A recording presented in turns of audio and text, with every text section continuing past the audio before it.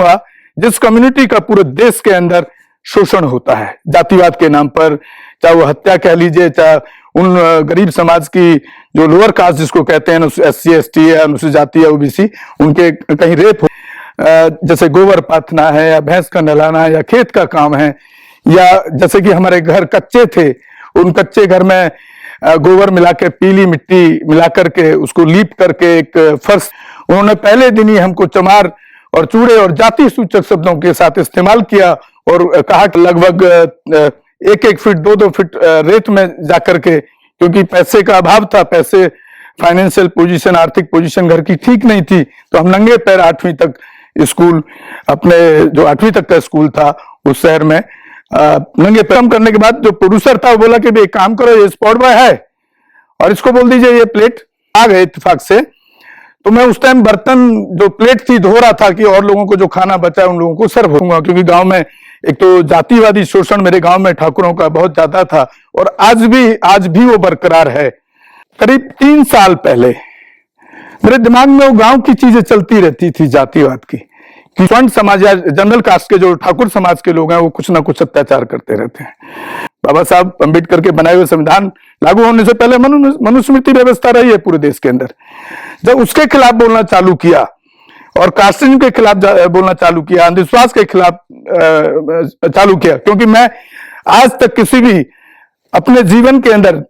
मैं कभी भी ना मंदिर गया हूं, ना मस्जिद गया हूं, ना गुरुद्वारा गया हूं, ना चर्च गया हूं। तो जो लोग धर्म के नाम पे, भगवान के नाम पे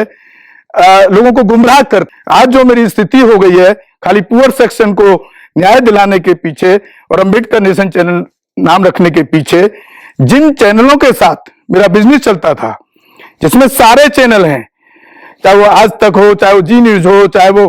आपका इंडिया टीवी हो, चाहे ABP न्यूज हो, स्टार न्यूज हो, जितने भी राष्ट्रीय चैनल हैं उन सबके लाइव टेलीकास्ट में मेरा इक्विपमेंट का सेटअप लगता है। अम्बेडकर नेशन चालू किया तो मुझे इनडायरेक्टली वहां से ब्लैक लिस्टेड कर दिया गया। एक बड़े दुख की बात है कि हम सोच रहे थे कि अब तो लोग बहुत अवेयर हो गए, जातिवाद की बात होती ही नहीं है, लेकिन जब हम प्रैक्टिकल लाइफ में जब हमने ये काम चालू किया तो आज ब्लैक लिस्टेड कर दिया गया और आज मेरे पास में कोई बिजनेस नहीं है, कोई काम नहीं है, मेरा पूरा का पूरा सेटअप खाली है। क्योंकि फिल्म लाइन और इलेक्ट्रॉनिक मीडिया में इस समाज के लोग जो पुअर सेक्शन है, पुअर कास्ट जिसको कहते हैं, SC ST OBC माइनॉरिटी, एक भी चैनल का कोई भी मालिक इस देश के अंदर आज तक नहीं है। लेकिन मुझे इससे कोई फर्क नहीं पड़ता है, मैं अपने समाज को न्याय दिलाने के लिए मैं काम करता रहूंगा। मेरा नाम गौतम रत्ना है और मेरा जो गांव है वो डिस्ट्रिक्ट बुलंदशहर के अंदर एक छोटा सा गांव है गड़ाना, जो तहसील सिकंदराबाद और थाना ककोड़ लगता है। मैं एक ऐसे परिवार में पैदा हुआ हूं कि जो बहुत ही गरीब और शेड्यूल कास्ट समाज से बिलोंग करता था, और मेरे जो पूरी कहानी है वो बहुत ही एक दर्दनाक भरी कहानी है। जब मैं 3-3.5 साल का था तो मेरी जो मदर थी उनकी डेथ हो गई कुछ बीमारी की वजह से, क्योंकि गांव में उस टाइम कोई इलाज के साधन या अस्पताल के साधन नहीं हुआ करते थे। उसके बाद से गांव के लोगों ने मेरी माँ को डायन तक कहना शुरू कर दिया, क्योंकि सडनली उसके बाद 2 डेथ और हो गई। और मेरे गांव में हमारे घर में कोई जमीन जायदाद नहीं है और ठाकुर बाहुल गांव है। ठाकुर बाहुल मतलब ठाकुर जो कास्ट है उसकी संख्या बहुत ज्यादा है, तो उन्हीं के यहाँ पर हम लोग उनके खेत काट करके या एक आध भैंस रख करके अपना जीवन यापन मेरा शुरू हुआ। क्योंकि बचपन में मां मरने के बाद में लगभग 1.5-2 साल बाद मेरी दादी एक्सपायर हो गई और 1.5-2 साल बाद मेरी सिस्टर की मैरिज हो गई। यानी कि लगभग 7-8 साल की उम्र से मुझे जो घर के जितने भी काम होते हैं गांव के अंदर,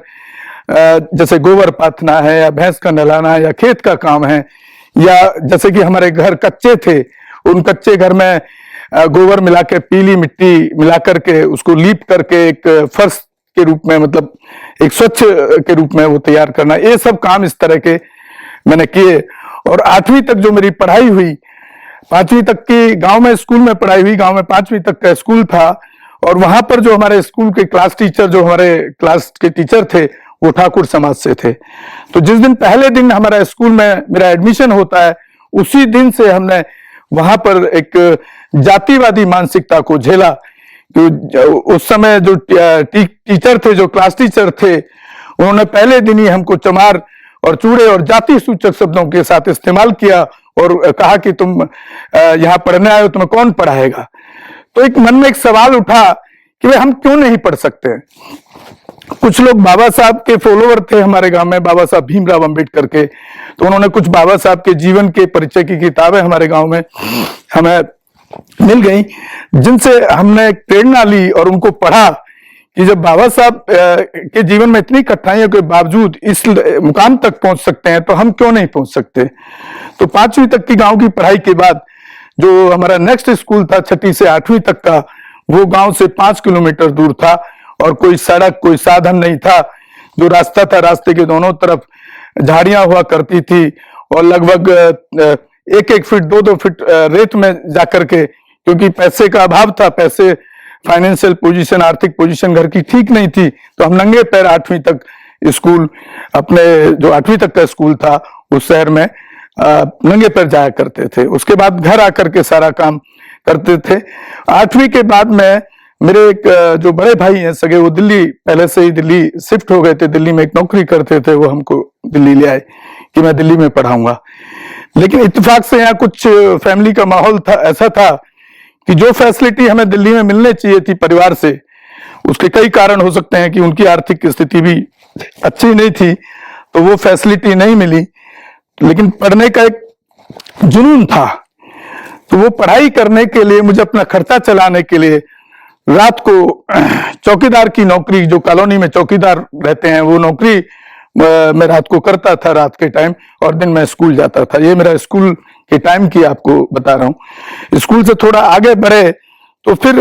मुझे मेरे गांव के एक दूरदर्शन में कैमरामैन थे, जिन्होंने मुझे इस लाइन में as a freelance per day झाड़ी बेसिस पर एक काम स्पॉट बॉय का उन्होंने मुझे दिला दिया। और उस जमाने में 50 रुपए मुझे 24 घंटे काम करने के बदले 50 रुपए झाड़ी मिलती थी और खाना पीना फ्री मिलता था। उसी वो जो मैं काम करता था, महीने में 4 से 5 दिन जो काम मिल जाता था, उसी से मेरे जो किताबें और मेरी जो स्कूल यूनिफॉर्म है, वो सब खर्चा मैंने खुद से कमा करके पढ़ाई किया। उसके बाद में फिर मैंने इंजीनियरिंग साइड में चला गया, मैंने ड्राफ्ट्समैन सिविल से ITI किया, मैंने पॉलिटेक्निक में भी मेरा एडमिशन हुआ, वहां पर भी मैं 2 साल इंजीनियरिंग कर रहा था, लेकिन आर्थिक कारणों की वजह से 88 से और 90 तक मैंने किया, लेकिन वो इंजीनियरिंग मुझे बीच में छोड़ना पड़ा। उसके बाद फिर ITI करने के बाद फिर मैं प्राइवेट सेक्टर में जॉब चला गया, लेकिन पढ़ाई को मैंने नहीं छोड़ा, क्योंकि मैं बाबा साहब के उस कथन पर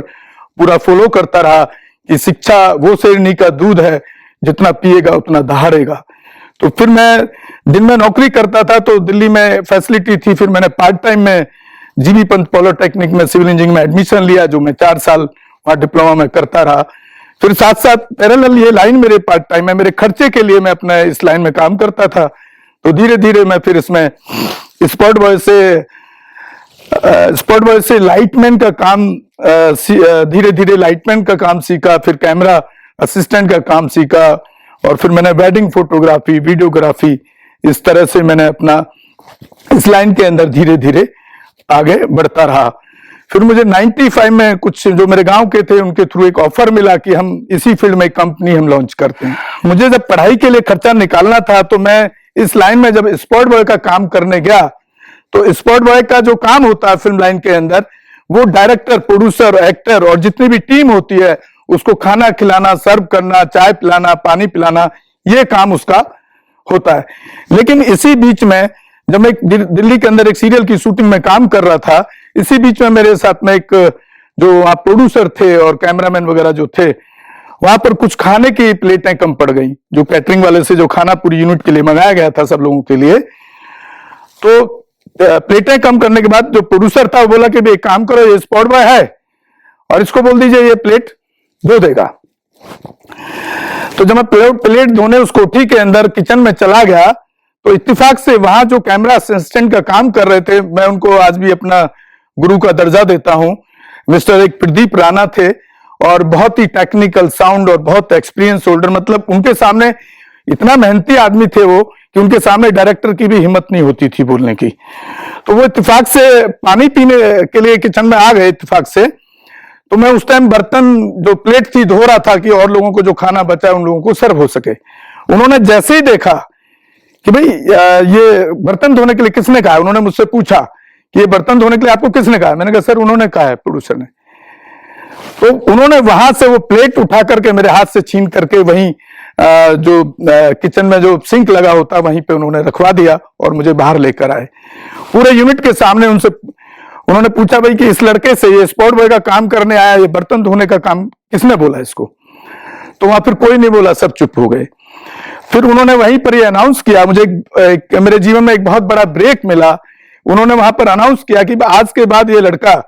कैमरे के साथ, मेरे कैमरे के साथ में एज ए कैमरा असिस्टेंट का काम करेगा, अटेंडेंट का काम करेगा।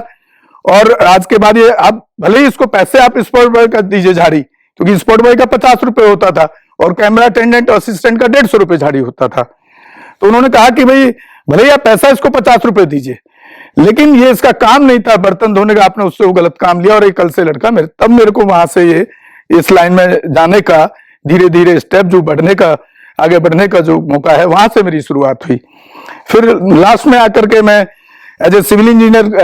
आर्किटेक्चर असिस्टेंट की प्राइवेट सेक्टर में जॉब भी करने लगा और रात को इंजीनियरिंग में वहां पढ़ाई करने लगा। पॉलिटेक्निक जीबी पंत दिल्ली ओखला में है। उसके बाद में 95 में जब मुझे कंपनी का एक पार्टनरशिप में ऑफर मिला तो मैंने वो पार्टनरशिप स्वीकार कर लिया। और मेरे पास जितना भी पैसे मैंने इकट्ठे किए थे कि भाई मैं अपने फादर को दिल्ली लाके अपने पास रखूंगा, क्योंकि गांव में एक तो जातिवादी शोषण मेरे गांव में ठाकुरों का बहुत ज्यादा था और आज भी वो बरकरार है। तो उसके बाद जब हमने कंपनी चालू की तो बहुत अच्छा इनकम हो गया। कुछ चीजें ऐसी वहां पर हुई कि जिसकी वजह से पार्टनरशिप 2 साल बाद मेरा पार्टनरशिप खत्म हो गया, क्योंकि मैं बाबा साहब भीमराव अंबेडकर और बुद्ध का फॉलोअर था, तो मैं अपनी स्टैचू अपने उस पर रखता था। तो पार्टनर जो लोग हैं उनका कहना था कि यार ये लगाओगे तो आपका बिजनेस नहीं चलेगा। तो जब 95 में जब कंपनी शुरू हुई, कुछ डिस्प्यूट हो गए पार्टनरशिप में, तो जब हमने 97 में अलग होने का फैसला मेरा पार्टनरशिप से हो गया, तब हमने बीच में कोई कैलकुलेशन नहीं किया था टोटल कि हमारी इनकम क्या है। जब हमारे ये 2 साल कंपनी चलती रही और हमारा एक था कि भाई कंपनी को बहुत बड़ा बनना है और बड़ा आदमी बनना है, तो हम कोई भी पैसा कंपनी से लेते नहीं थे, तीनों पार्टनर में से। जब मेरा पार्टनरशिप खत्म हुआ, जब हमने पूरा फाइनेंशियल पूरे 1.5-2 साल का जो अकाउंट निकाला, मात्र 70 हजार 3 लोगों ने उस टाइम उस कंपनी को खड़ा करने के लिए लगाए। और जब हमने 2.25 साल बाद उस कंपनी का अकाउंट को टैली किया तो आप सोच करके हैरान रह जाएंगे, 1,65,000 रुपए महीने का मेरी कंपनी का इनकम था। तो डिस्प्यूट हो गया, मैं अलग हो गया। अलग होने के बाद फिर क्योंकि 2 शेयर उनके पास चले गए और मैं अकेला हो गया, फिर मैंने अकेले दोबारा से अपनी कंपनी को खड़ा किया। और उस टाइम में मेरे जो कंपनी का इनकम था इंडिपेंडेंट होने के बाद approximate 5 lakh rupees per month का था। लेकिन मैंने उसी में उसको हमेशा कंपनी को बढ़ाने के लिए मैंने पहला दिल्ली के अंदर फिल्म लाइन के अंदर जो साउंड प्रूफ जनरेटर यूज होते हैं, पहला मैंने, क्योंकि मैं आर्किटेक्चर फील्ड से था, आर्किटेक्चर में मैंने कोर्स किया हुआ था, नक्शा बनाना और डिजाइन करना ये सब, तो मैंने एक साउंड प्रूफ जनरेटर डिजाइन किया, पहला जनरेटर दिल्ली के अंदर फिल्म लाइन के अंदर। फिर मैंने एक वैनिटी वैन डिजाइन किया जिसमें आप देखते होंगे, जिसमें एक्टर और एक्ट्रेस जो है वो हमेशा एक वीआईपी गाड़ी उनके लिए रहता है, वो मैंने बनाया। यहां तक सब बहुत अच्छा चलता रहा। करीब 3 साल पहले मेरे दिमाग में वो गांव की चीजें चलती रहती थी, जातिवाद की, कि जातिवादी शोषण आज भी मेरे गांव में हर महीने 2 महीने में जो स्वर्ण समाज या जनरल कास्ट के जो ठाकुर समाज के लोग हैं वो कुछ ना कुछ अत्याचार करते रहते हैं। तो लगभग 3 साल पहले मैंने डिसाइड किया कि भाई मैंने जितना कमाना था, कंपनी को जो ले जाना था, मेरा पूरा ऑल इंडिया के अंदर कोई आदमी ऐसा आपको नहीं मिलेगा फिल्म इंडस्ट्री का जो मेरे नाम से वाकिफ ना हो या मेरे कंपनी के नाम से वाकिफ ना हो, चाहे वो चेन्नई हो, चाहे हैदराबाद हो, चाहे मुंबई हो, चाहे दिल्ली हो, पंजाब हो, ऑल ओवर इंडिया। तो 3 साल पहले मैंने डिसाइड किया कि भाई मैंने सब कुछ तो कर लिया जीवन में, 5 स्टार लग्जरी लाइफ, 4 ड्राइवर अपने पर्सनल, और इंडिवर स्कॉर्पियो का मेरा लेवल स्टेटस, और आज ये इतना बड़ा स्टूडियो और पूरा एक फीचर फिल्म बनाने का पूरा सेटअप, कैमरा से लेकर के लाइट से लेके एडिट से लेके सब कुछ अपना खड़ा कर लिया। तो लगभग 2.5-3 साल पहले मैंने डिसाइड किया कि मैं उस कम्युनिटी के लिए अब काम करूंगा जिस कम्युनिटी का पूरे देश के अंदर शोषण होता है जातिवाद के नाम पर, चाहे वो हत्या कह लीजिए, चाहे उन गरीब समाज की जो लोअर कास्ट जिसको कहते हैं, SC ST या अनुसूचित जाति या OBC, उनके कहीं रेप होते हैं। जब मैंने इस पर काम करना चालू किया तो मैंने एक चैनल भी क्रिएट किया कि उन लोगों की जो आवाज मैं बनूं और उन लोगों की आवाज को मैं उठाऊं अत्याचार की। तो मैंने अपने चैनल का नाम, क्योंकि मैं बाबा साहब भीमराव अंबेडकर से प्रभावित था, तो मैंने उनके उस चैनल का, अपने यूट्यूब चैनल का नाम अंबेडकर नेशन रख दिया। अंबेडकर नेशन चैनल पर जब मैंने इस व्यवस्था के खिलाफ बोलना चालू किया, जिसको हम मनुस्मृति व्यवस्था कहते हैं, जो पहले से संविधान लागू होने से पहले, बाबा साहब अंबेडकर के बनाए हुए संविधान लागू होने से पहले मनुस्मृति व्यवस्था रही है पूरे देश के अंदर, जब उसके खिलाफ बोलना चालू किया और कास्टिज्म के खिलाफ बोलना चालू किया, अंधविश्वास के खिलाफ चालू किया, क्योंकि मैं आज तक किसी भी अपने जीवन के अंदर मैं कभी भी ना मंदिर गया हूं, ना मस्जिद गया हूं, ना गुरुद्वारा गया हूं, ना चर्च गया हूं। तो जो लोग धर्म के नाम पे या भगवान के नाम पे लोगों को गुमराह करते हैं, तो अगर ऐसा है, सब भगवान ही सब कुछ करता है, तो मैं यहां तक कैसे पहुंचा? मैं तो अपनी मेहनत से पहुंचा, आज तक कभी मंदिर नहीं गया, ना उसमें बिलीव किया कभी भी। तो ये कैसे हुआ? बुद्धिज्म में मैं बिलीव इसलिए किया कि बुद्धिज्म टोटली जब पढ़ा तो वहां लगा कि ये तो टोटली साइंटिफिकल और तर्कशील है, तो मैंने बुद्धिज्म का दीक्षा लिया 1998 के अंदर। तो ये इस तरह से जो, और अब जो मुझे, अब मैं उस प्लेटफॉर्म से पहुंचने के बाद, इतने हाईलाइट पहुंचने के बाद, इतने हाइट पे पहुंचने के बाद, आज जो मेरी स्थिति हो गई है, खाली पुअर सेक्शन को न्याय दिलाने के पीछे और अंबेडकर नेशन चैनल नाम रखने के पीछे, जिन चैनलों के साथ मेरा बिजनेस चलता था, जिसमें सारे चैनल हैं, चाहे वो आज तक हो, चाहे वो जी न्यूज हो, चाहे वो आपका इंडिया टीवी हो, चाहे ABP न्यूज हो, स्टार न्यूज हो, जितने भी राष्ट्रीय चैनल हैं, उन सबके लाइव टेलीकास्ट में मेरा इक्विपमेंट का सेटअप लगता था, जनरेटर वैन लगती थी, कैमरा लगता था, और इतना बड़ा इनकम था। जब मैंने अंबेडकर नेशन चालू किया तो मुझे इनडायरेक्टली वहां से ब्लैकलिस्टेड कर दिया गया। एक बड़े दुख की बात है कि हम सोच रहे थे कि अब तो लोग बहुत अवेयर हो गए, जातिवाद की बात होती ही नहीं है, लेकिन जब हम प्रैक्टिकल लाइफ में जब हमने ये काम चालू किया तो आज ब्लैकलिस्टेड कर दिया गया, और आज मेरे पास में कोई बिजनेस नहीं है, कोई काम नहीं है, मेरा पूरा का पूरा सेटअप खाली है। क्योंकि फिल्म लाइन और इलेक्ट्रॉनिक मीडिया में इस समाज के लोग, जो पुअर सेक्शन है, पुअर कास्ट जिसको कहते हैं, SC ST OBC माइनॉरिटी, एक भी चैनल का कोई भी मालिक इस देश के अंदर आज तक नहीं है। क्यों नहीं है? एक तरफ तो सरकारें कहती हैं, चाहे वो कांग्रेस की हो चाहे भाजपा की हो, कि भाई अब बहुत बराबरी हो गया, लोग रिजर्वेशन के खिलाफ खड़े होते हैं। तो बराबरी हो गया तो फिर आज भी एक भी इलेक्ट्रॉनिक मीडिया का, जिसको चौथा स्तंभ कहा जाता है देश का, उसका एक भी मालिक आज भी इस कम्युनिटी से क्यों नहीं पैदा किया इस देश के अंदर? तो एक बहुत बड़ी विडंबना है। और आज मैं जिस जगह, जिस हाइट पे पहुंचा था, फाइनेंशियल पोजीशन, आर्थिक पोजीशन को खड़ा किया था, आज मैं वापस उस जगह डाउन में नीचे आकर के खड़ा हूं। लेकिन मुझे इससे कोई फर्क नहीं पड़ता है, मैं अपने समाज को न्याय दिलाने के लिए मैं काम करता रहूंगा। यही मेरी कहानी है सर, और इसी के साथ मैं आपसे विदा लेता हूं, और उम्मीद करता हूं कि जो लोग देख रहे हैं चैनल पे, वो एक प्रेरणा लें और अपने जीवन में एक अच्छी मेहनत करके अपना एक मुकाम हासिल करें। जय भीम, जय भारत, जय संविधान। अंबेडकर नेशन से गौतम रत्ना। हमें टोको मत, हमें आगे बढ़ते जाना है, जय भीम का नारा लगाना है, जय भीम का नारा लगाना है, जय भीम, जय भीम। मैं गौतम रत्ना आपका बहुजन फिल्म प्रोडक्शन में स्वागत करता हूं, और आप हमारे प्रोडक्शन हाउस के अंदर अपना कैरियर बना सकते हैं as a film director, as a producer and actor and actress and editor and cinematographer also. अगर आपको फिल्म से रिलेटेड कुछ भी प्रोजेक्ट आपको बनवाना है तो हमारे पास में पूरा सेटअप है, जिसमें फिल्म कैमरा है, शूटिंग लाइट्स है और एडिटिंग है, सारा A to Z एक ही जगह पर आपको हमारे यहाँ पर मिल जाएगा। तो दोस्तों, आप हमें कांटेक्ट कर सकते हैं हमारे नंबर्स पर 9810085714 और 8510005714। हमारे वेबसाइट पे विजिट कर सकते हैं www.filmserviceindia.com, और हमें मेल भी कर सकते हैं gautamfilmsproduction@gmail.com पर। धन्यवाद। बुद्धं शरणं गच्छामि। अंबेडकर नेशन चैनल आर्थिक समस्या से गुजर रहा है। अगर आप बहुजन समाज में बाबा साहेब अंबेडकर और तथागत बुद्ध की विचारधारा को अधिक से अधिक लोगों तक पहुंचाना चाहते हैं तो हमें आर्थिक सहयोग प्रदान करें, ताकि हम अपने चैनल के माध्यम से देश विदेश में समता, बंधुता, एकता और संवैधानिक अधिकारों को ज्यादा से ज्यादा लोगों तक पहुंचा सके। आप अपनी सहायता राशि नीचे लिखे खाते में जमा करा सकते हैं। खाता धारक गौतम रत्ना, खाता संख्या 3169576865 IFSC कोड SBIN 0060336, बैंक भारतीय स्टेट बैंक। आप हमारे बैंक खाते का विवरण स्क्रीन पर भी देख सकते हैं।